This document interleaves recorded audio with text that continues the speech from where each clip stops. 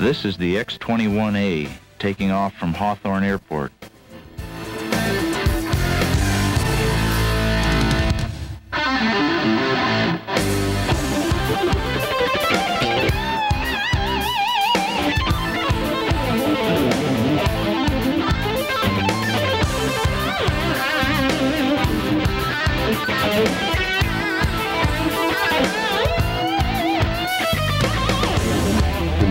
We're at the Hawthorne Municipal Airport, Jack Northrop Field. We're at the Western Museum of Flight this morning, and we're here with Jerry Hubin, who's a long-time Northrop employee, very long time. Jerry, you started with Northrop in about 1939? 1941. 1941. Just before Pearl Harbor. And you started as an engineer? I started as a riveter, but then within a few months I became an engineer. And you've been a project engineer on many of the Northrop aircraft that have flown missions and participated in the war effort. That's right. Probably the one I loved best was the YF-17. And we're going to get a chance to see that. Yeah. We have one here, don't we? And that became the predecessor for the F-18, which served in the Gulf War.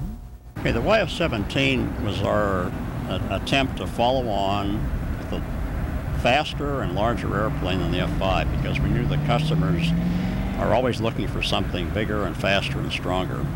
That's what led to the design of this airplane. And it's a supersonic airplane. It flies about 1.8 Mach number, which is like 1,500 miles an hour. And this airplane eventually turned out to be the Navy F-18. And the F-18 served in the Gulf War, and we're still building the F-18 and now in El Segundo. And this is a twin engine? This is a twin engine airplane, one pilot, and has a 20mm cannon, and can carry a variety of bombs on the pylons. That's a 600-gallon fuel tank they used to fly this airplane to Paris. This airplane actually went to the Paris Air Show. Really? Yes. And on the end of the wings? That's the Sidewinder missile. Sidewinder missiles, right here in Hawthorne. Yeah, right here in Hawthorne. Very successful missile, infrared guided. Infrared guided Sidewinder missiles. 600 gallons of fuel is on each side?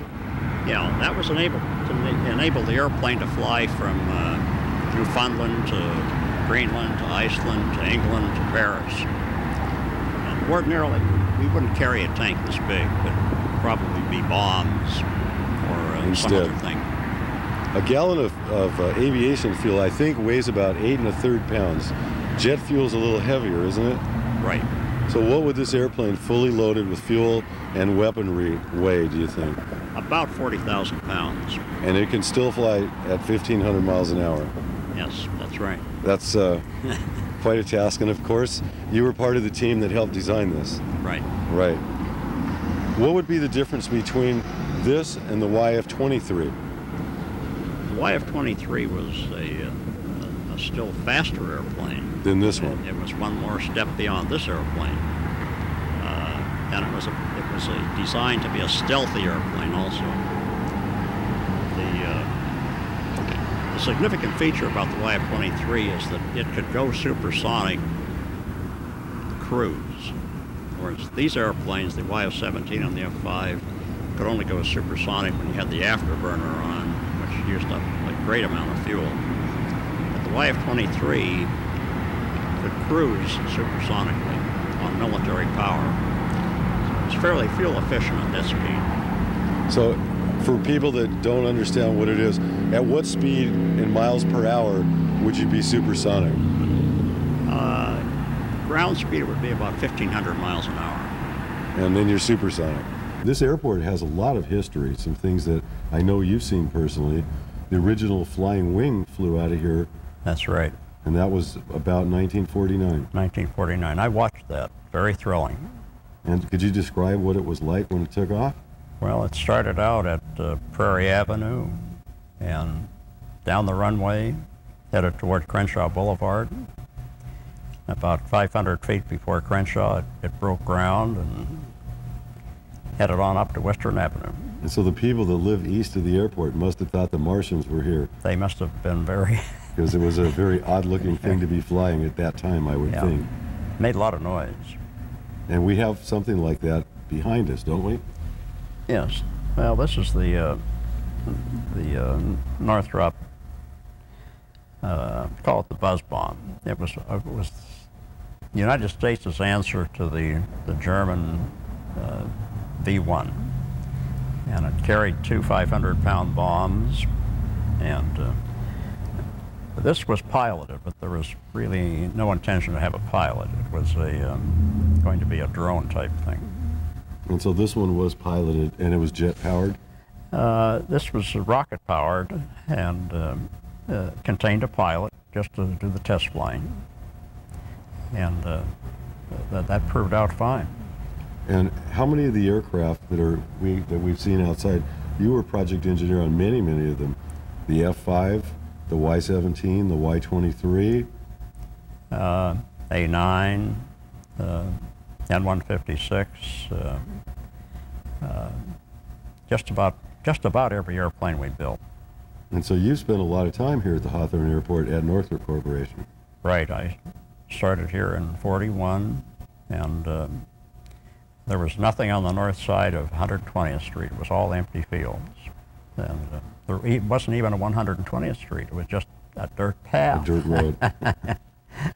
And so during the war effort, employment opportunities in Northrop must have just mushroomed and grown. Yeah, it was difficult to get a job in engineering before the war, but then after the war started, things did blossom. And there were a lot of opportunities for engineers. There were also a lot of opportunities for women to join the force. Rosie the Riveter. And that's what Hawthorne's famous for, Rosie the Riveter. That's right, and they did a fantastic job. They were very good at it.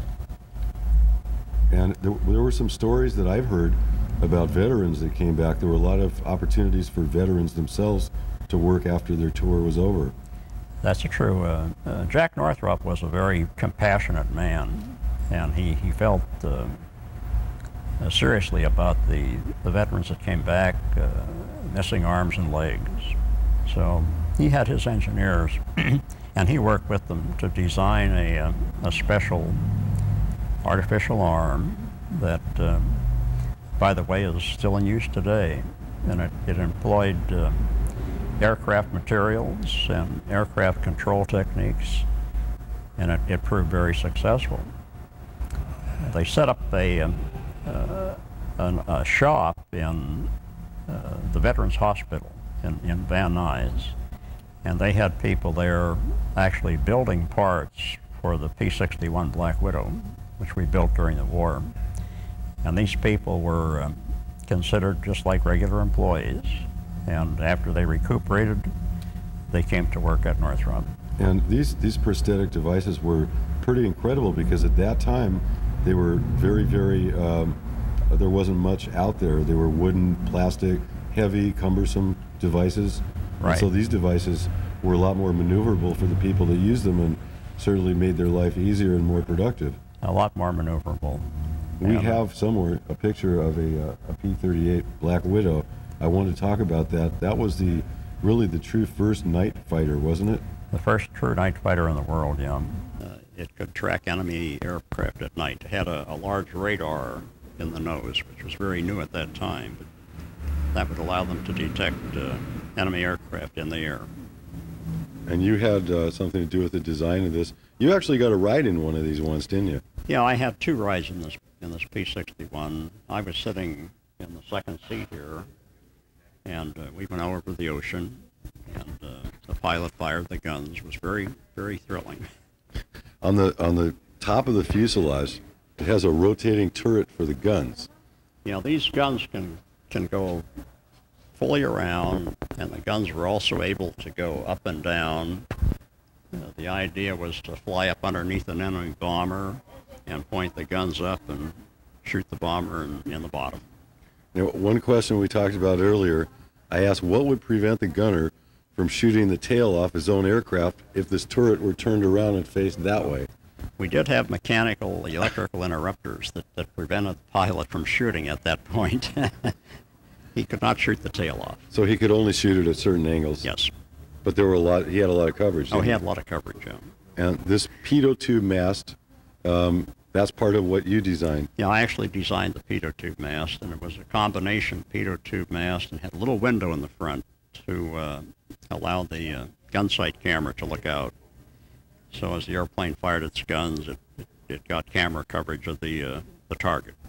And were there also guns in the wings here? There were 450 caliber guns in the turret, but there were also 4 20mm cannon in the belly of the airplane. But there were no guns in the wing. It was all fuel. It looks a little similar to a B-25, doesn't it? As a matter of fact, this airplane used the B-25 landing gear. Oh, really? Yeah. Very interesting.